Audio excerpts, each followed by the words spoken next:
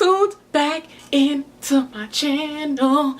Thank you for tuning back into my channel, y'all. If you haven't already, stop right now, pause the video, go right down below and subscribe. Subscribe right now. Right now. Okay, so here I'm giving y'all, let me come closer, some New Year's Eve super glam. We got a little bit of fiesta glitter going on. We got some liners in there to add a little pop. So keep on watching. Subscribe, y'all, so I can stay up to date with me. Okay, all right, keep on watching. All right, stay tuned. So let's start with these brows. First, I'm going to start brushing the brows into place. Then I'm going to start lining it. And I use my BH Cosmetics pomade as usual. Nope, I got a brow tutorial. Yes, look at these brows. Come through, come through. So now we're going to start with one of my faves, the Sephora Pro Warm Palette. And I have speeded up this process so that way the video isn't too long. But here I'm going in with my first transition shades. There you're going to be seeing me blend with a pretty large crease brush. And I'm just going in the crease area and starting to build up the colors. So I start with a lighter brown, then I move into a deeper brown, and they have more of a reddish tone to it. It's a really good palette, and you'll see that it's pigmented as well. I'm just starting with lighter browns and then moving into deeper browns to make it easier for myself. So then I switched to a Sephora collection. This one is the number 19 crease brush. As you can see, my crease is becoming a little bit more defined here because I want to continue to build up that depth in my crease. So I'm just slowly picking up that same color, building it, and I like to do both of my eyes at the same time so I can see the intensity on both sides. But you just want to continue to go back and forth between brushes. Like if you see that color getting a little bit too high, you know, just go back with that crease brush and soften it. So here what I'm doing, I went with another crease brush that I had. I got that one from Coastal Scents. And that one I used because it's smaller and it's a little more detailed to apply more of like a really dark brown to really create that depth in the crease. Because you know we're going to be doing a cut crease, guys. So then now I'm going to take my NARS. This is my NARS concealer in the color Vanilla. It's of course not my skin tone, but I use it because it makes any color that I put on top of it pop. Now, to let y'all in on a little secret, I was not planning on doing a gold cut crease. I don't even know why I put this gold color there, but we changed it later when I applied the silver glitter to it. But I always like to lay a shadow down before I apply my glitter a lot of times because it kind of offsets the glitter and give the glitter a little bit more pop. So now you see me just going in with a detailing brush, and I applied some of that black to my crease to continue to define that crease and add some more depth. So then I just showed you guys the NYX glitter that I decided to use, and I'm putting my NYX glitter glue, and then I put the NYX glitter on top. So yes, I was moving a lot slower than what you see. This is definitely sped up, but you just place the glitter down and then you apply the glitter on top and be very precise.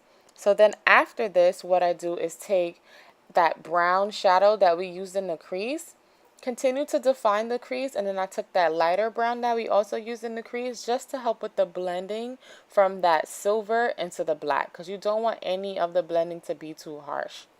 So then what I did is just cleaned up the side of my eye, and then I proceeded to apply my liquid liner. Here I'm using the NYX Studio Liner in black. I've really been feeling this liner lately because it's just really nice and black and dark. So now I have both of the eyes done, and I'm just tight lining the top of the waterline. This is going to help color in some of that flesh that shows through the lashes. So then I've applied my lashes off camera. And now to add a little pop to this look, I'm taking my NYX white eyeliner and going over the crease area. And this is what's going to add a little bit of pop. Now, don't judge me, guys. You're going to see me get a bit excited because I don't know if you guys can see it here, but that white eyeliner, excuse me, just gave this look what it needed. Just gave it that last little pop. Don't mind my ratchetness. So then now, just making sure it's nice and straight. You really want to kind of take your time. I'm sorry for having the mirror in the way. My Kat Von D mirror is huge. I'm going to work on getting a smaller one. And I just did the same thing to the other side. So I just love how nice and small the actual brush is to these liners. But look at that. Little details can just take your eye looks to another level. It just added an amazing pop. I'm really, really sorry, guys, for blocking that part, but you really saw it on the other side. If the sound was on this part, you guys would definitely see how ratchet I was being in this particular part. Yeah, had to shimmy, shimmy, shimmy, shimmy, shimmy, shimmy, shimmy. So then now, I'm going to move on to the skin. And I'm applying my Boscia primer. This is their charcoal primer. It's mattifying and it helps with pores. It's the only primer that I've been using right now that doesn't break me out. So as you can see on my skin, I have a little bit of scarring from acne over the years, but I don't have any pimples. So now I'm using my Sephora collection orange color corrector. I love this corrector because it's the perfect shade of orange. Now I'm going to talk to you guys a little bit about color corrector. When you're using color corrector, if you're about my skin tone or even lighter, don't use an orange shade that's darker than this, because you're actually going to create the reverse effect and kind of give yourself more work. So if you're lighter, being more like on a vanilla-y kind of high yellow complexion, you might even want to go with a peach. Me, once again, being super, super silly. I really had a lot of fun making this tutorial, guys. So I'm just blending this out, and as you can see, I'm not spreading it. What I'm doing is pushing it into the skin, doing more of like dabbing motions. But with the corrector, you can immediately see how that color is beginning to kind of fade. So then now, little moment of silence. I'm going to take y'all to my holy grail. This foundation right here, I absolutely love. It's the Revlon COLORSTAY foundation, and I'm using my Real Techniques foundation brush. And once again, we're doing that dabbing motion on the skin. It's actually called stippling, but the actual motion is you dabbing on your skin. So we're just stippling it in. Just stippling it in. Sorry, I had to fix my lash real quick. And you can immediately see the amount of coverage that this foundation gives me. And I only use 2 pumps for my face. Only use 2 pumps. And this foundation has an SPF 15 in it. It does not give me any flashback. And it keeps my oil under control. Completely under control. And then look at that amount of coverage. Look at that amount of coverage. That's why color correcting is so important. It'll make your job so much easier and help you get a more flawless finish. Now, we're going to take my ColourPop concealer. This one is in the color Cool Tan. And we're going to use this to highlight the face. You don't need to go any more than, I would say, 3 shades lighter than your skin. Because then if you go too light, then that's another reason why you might get flashback. So then now, I usually use my beauty blender, but at this point I couldn't find it and I didn't want to stop. So I just used that Real Techniques buffing brush. Because remember, guys, before beauty blenders, we had brushes. So you can still use your concealer brushes to create a flawless finish. Just dab it into the skin, like you see me doing here. And then along the edges, you can use your foundation brush to soften it. And I'm using that foundation brush to blend out the highlight on the chin, on the nose, and also on the forehead. Now, as you can see, I don't highlight that forehead too much. Because you see, I got a lot of real estate up there, honey. A lot of real estate. So I'm just going over again. Don't be afraid to blend, blend, blend, blend, blend. I want y'all to become blenderillas. Just blend, blend, blend. So then now I'm taking my foundation stick directly on the face. When I'm going for a more beat look, I do it directly on the face. But if I'm going for a softer look, then I put it on the brush. But here, you know, we wanted to snatch, honey. So then I'm taking a eyeshadow fluffy brush and I'm using that to contour my nose. I just wanted it to appear a little bit straighter. And don't be afraid to use your fingers. Your fingers are natural God-given brushes because they warm up product and make it really easy to blend product out.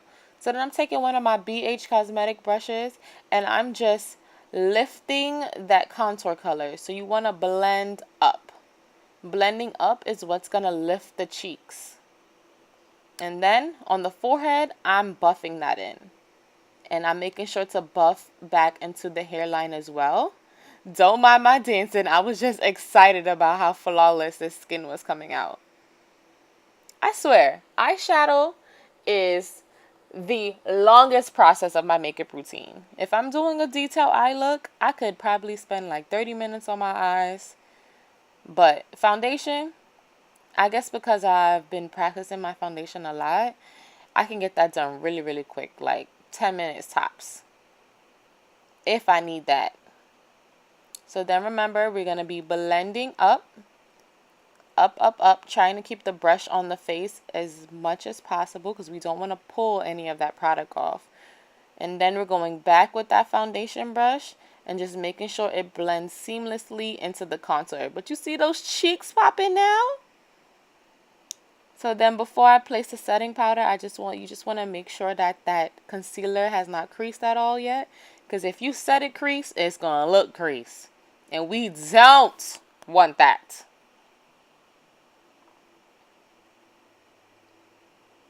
So yes, I know you noticed, I don't do any baking. I just personally don't like that technique on me. So I just place a little bit of it and then I use my foundation powder and I go over my entire face. This gets rid of any flashback. This makes everything melt seamlessly into each other. Now this powder right here is from Sephora collection. It's their Radiant Finish powder. This powder is bomb.com. When I'm talking about bomb, I mean bomb. Explosive. So now we're going to be using my Black Radiance. This is their contour palette. As you can see from the holes in the palette that I use it every single day. I recently just bought a new one just for when this one finishes because I don't want to run out. It's only like $7 or $8 from Target, or you can get it from Walmart. And we're using this to further sculpt the face, set that cream contour. Anytime you put a cream product on your face, you want to set it with a powder. That way it'll stay in place. And then I'm going to take that sculpting shade and I'm going to use that as the bronzer on my cheeks to add some further warmth to the face. Because sometimes when you put foundation on, it makes things look very, very flat. So then here I'm adding some blush. I'm not the biggest blush fan, but blush is very important to also tie things together. It also connects that highlight and the contour shades. So it just makes things look a little more flawless and a little more seamless. So then now, I've just recently come across this product. This product right here is the highlighting. I said highlighting savior right now. Like, the way this thing glows on my cheeks is insane. And it's a loose highlighter. I've never owned any highlighter that looked like this on my face without looking ashy. Now, I've always wanted to try other ones, but I came across this one, and it was only $17. And it looks amazing. So I'm going to do the same thing on the other side. What I'm using is a BH Cosmetics highlighting brush. I like these brushes better than the fan brushes because it allows me to buff. With the fan brush, it leaves it very, very uneven sometimes for me. And I feel like I just have a lot more control with this specific brush.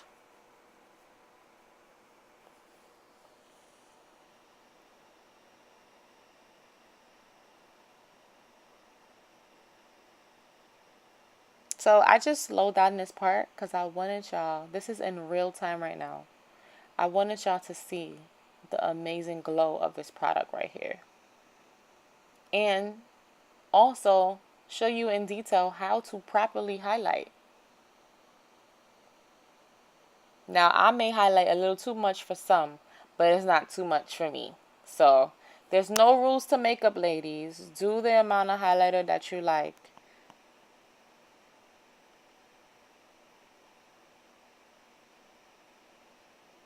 And then now I'm taking an eyeshadow brush and applying some of that highlighter in the brow bone. I like to do this step after I've completed my shadows. I don't particularly know why, but this is what I like to do.